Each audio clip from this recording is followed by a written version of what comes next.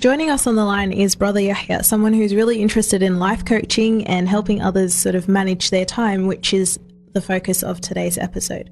Assalamu alaikum, Yehia.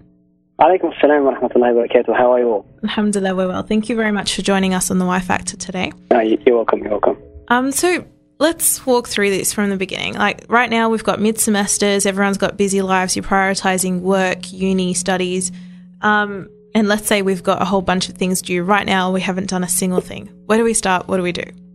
One thing you have to understand is the belief and the mindset towards time. That's probably the most important step to take first. And that is to understand, number one, that it's never too late. Okay, so sometimes what happens, people think, oh, I've got all this stuff, it's too late, I'm just going to give up. First thing you need to understand is it's never too late. Okay, you can always achieve, and everyone's got the same amount of time. If I told you, for example, what is time to you, or time is something, what would you say? Something I never have enough of, I guess. Yeah, something I never have of, or for example, time is money, right? Or time is a resource that I can collect and use. And that is actually not true, because you can never actually save time. Some people want to save their time now so they can use it later. You can never do that. You can only really do that with things like money, or other resources. Whereas time is not like that. Time is much more important than money. Time is much more valuable than resources. Your time is your life. Right. Whenever you're using your time, you have to understand that this is your life. So what is it that I want to do with my life? That's the most important thing. So if you have you have 1,000 things to do, you've got to think, what do I need to be doing right now? That's the most important thing in my life. So setting priorities, basically. It is setting priorities, and it's more than that, in the sense that it's understanding the way that you're spending your time has to be in line with what you want to achieve in your life. Is, for example, playing on the Xbox something that I want to achieve with my life, or is getting good grades something that I want to achieve in my life? So you got to connect it to a higher purpose, a higher goal, if you like, and really make it in line with what you want to achieve overall in your life overall. All right. Well, in that case, how would you suggest one goes about managing time? There's a well-known function of time, or a well-known way to look at time, which is called the 4 quadrants. If you can imagine a matrix, a 2x2 matrix, with 2 columns and 2 rows, the first row being what we'll call important, and the second row being not important, and then the first column being urgent, and the second column being not urgent. So if you think about it in that way, you're going to find a square which is important and urgent, things that are important and not urgent, things that are not important and urgent, and things that are not important and not urgent. Now that might sound very difficult. If you actually just draw it on a piece of paper, you will realize how simple this is. And basically everything that you do in your life can be split up into one of these 4 quadrants. Okay, so the first thing to do is to analyze and understand the way that you're spending your time currently. So if you're finding it difficult to use your time, for example, in studying, if you look at your time overall, you'll notice you're spending a lot of time in pursuit of actions that are not important. Okay? Mm-hmm. Things that are not important. So if you look at your day, you think, okay, what is something that's really important for me to do? Something that's going to fulfill my overall life purpose, my overall life goals? And what are things that are not really moving towards those? And anything that's not moving towards that is something that you can cut completely out of your schedule. Mm. And you will find that it's absolutely amazing. And myself dealing with many people from adult to student.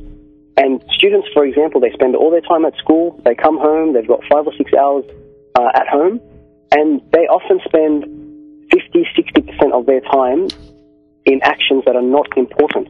And simply by removing those out of their life, they will have so much more time to do things that are important and things that are moving them towards their life purpose. Okay, well, speaking of students, do you have any sort of memorizing tips or study tips for students at this point? Yeah, look, there's a lot of kind of memory tricks and all that sort of stuff that people can look up. My tip for studying and memorizing is you have to be in a very relaxed mode when you're memorizing. If you're stressed out while you're trying to study and you're trying to memorize, you won't retain very much, okay? So the number one thing I would tell people is to make sure that their environment is set up for them to succeed, okay? So not having a lot of noise around, not having a lot of interruptions, making sure that, there's not a lot of things that they have to do at that time, that they let themselves go and allow themselves to study and allow themselves to memorize and really take that on board. So one of the things that they can do is to inform everybody in their household, everybody around them, that, look, I'm not available at these times. I'm not available between, say, 7 and 9 p.m. If you want to talk to me, you can talk to me outside of those hours, but those hours are set aside for studying and memorizing. Yeah, and that's both short-term and long-term as a technique. Absolutely. Yeah, absolutely. The other thing that I would also encourage people to do is to, when they come to learn in many different ways. So not just, for example, read, also say it out loud, even record yourself and play it back to yourself, using different colors, using posters, using all your senses as much as you can, even, drawing diagrams, building little buildings or whatever it may be, using all your senses that you can to learn. And that will, encourage your mind, and it will encourage more association with what you're learning, and you'll retain a lot more as well. And one thing that most people say they go through is procrastination. You know that you've got to start, but you don't have that kick. So what would you suggest there? The first thing that people have to understand is the way that they think about it. Okay, the way that their mindset towards these different things. Procrastination is a ritual. In other words, it's a set of actions that we go through one bit by one bit.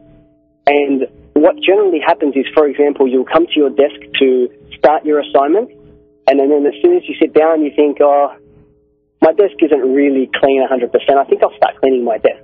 And you start doing that, right? And then once you've cleaned your desk, you'll come back and that's it. I really got to do it. I've got to hit hard. And then you'll think, man, I've got to make myself a cup of coffee. Yep. So then you make yourself a cup of coffee. And of course, after you've drank your coffee, you have to have a bit of tea and biscuits with it as well. And then you really need to go to the toilet. And then it becomes a ritual, a whole bunch of steps that you do that take away from the pursuit that you're trying to get at. So you're trying to do your assignment. Instead, you've done everything else except for your assignment. Exactly. So understanding that and understanding your own rituals, you need to start breaking those rituals. So, for example, you sit down and you think, I need to clean my desk. So you need to, it becomes a matter of mindset. No, I do not need to clean my desk. I need to do this assignment right now. And then once you've gotten over that hump and actually started the assignment, that's the biggest challenge. Once you've got to start, it's much easier to continue. The biggest hurdle is when people come to start something. And the way that they avoid starting is by thinking about, 30,000 other things that they avoid starting their assignments or starting their studies or starting whatever they want to start. Okay. Well, Yehia, do you have 5 quick tips for the future for our listeners? 5 quick tips for our future.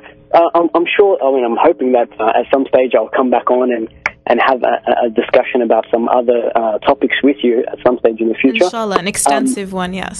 Inshallah. I think we need yeah, we'll see if we can get some feedback and see how people went with some of the tips today. 5 quick tips, I'd say number 1 is have a clear idea of where you want to head in the future, all right? Number 2, make sure that you set yourself up towards that pursuit, okay? Set yourself up for success. Number 3, I'd say understand your fears and your barriers, okay, and find ways to get around those. Number 4, I would encourage everyone out there to, analyze their friends and the people that they hang around, okay, because that is going to have a massive impact on your life. And number 5 is to make sure that your environment is one that sets you up to succeed. All right, well, they're very useful tips. Inshallah, we'll give them a go and see how that goes. Jazakallah khair for your time today, Yehia. Keep us all in your dua. Inshallah. May you all succeed in all your pursuits, inshallah. Jazakallah khair. The Why Factor.